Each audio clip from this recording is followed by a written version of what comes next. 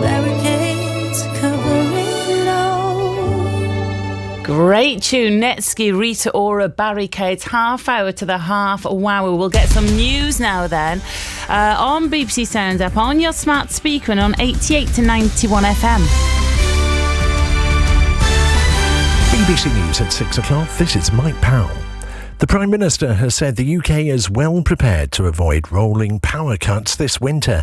Earlier today, the National Grid warned that power could go out for up to 3 hours at a time if supplies of gas run particularly low and the UK experiences very cold weather.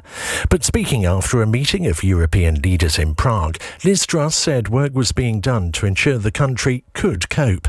We were working very hard on energy security. It's one of the reasons I'm here in Prague today. We have interconnectors with our European partners. We're working on more gas supplies. We're working on building out nuclear energy, building out wind energy, so we do have a secure supply of energy. Prince Harry, Sir Elton John and Elizabeth Hurley are amongst a group that's launched legal action against the publisher of the Daily Mail.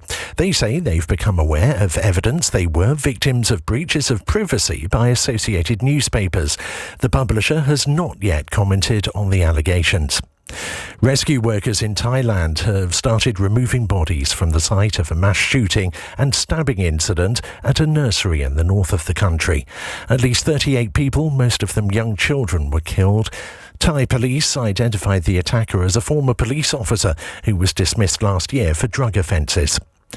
Ambulance staff in the West and East Midlands will vote on whether to go on strike in a dispute over pay.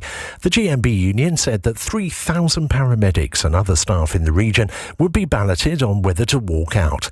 Earlier today, the Royal College of Nursing said their 300,000 members would vote on strike action, the first UK-wide vote in the history of the union. Here's our health editor, Hugh Pym. But we know the backdrop to it, high inflation rates, real pressure from cost of living, and a feeling that health staff have worked extremely hard every year, but certainly during the COVID pandemic. A highly anticipated boxing match between Conor Benn and Chris Eubank Jr., due to take place in London on Saturday, has been postponed.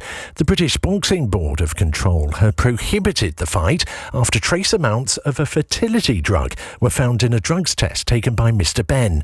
Announcing the postponement, the promoter, Eddie Hearn, called the board's procedures flawed, but said it wasn't in the interest of either fighter to stage the bout as planned. This is a sport that is very, very dear to us, a sport that we've been around our entire life, and whilst we were desperate for this fight to take place, for the fans, for the undercard fighters, we also made a decision that we felt we had to at this time, especially considering the interest of the sport and the British public. The weather, Northern Ireland and Scotland will see a band of showery rain push southeastwards this evening. Further south, things will stay mostly dry and partly cloudy, but largely clear in the southeast. BBC News, it's 3 minutes past 6. Mike, thank you very much.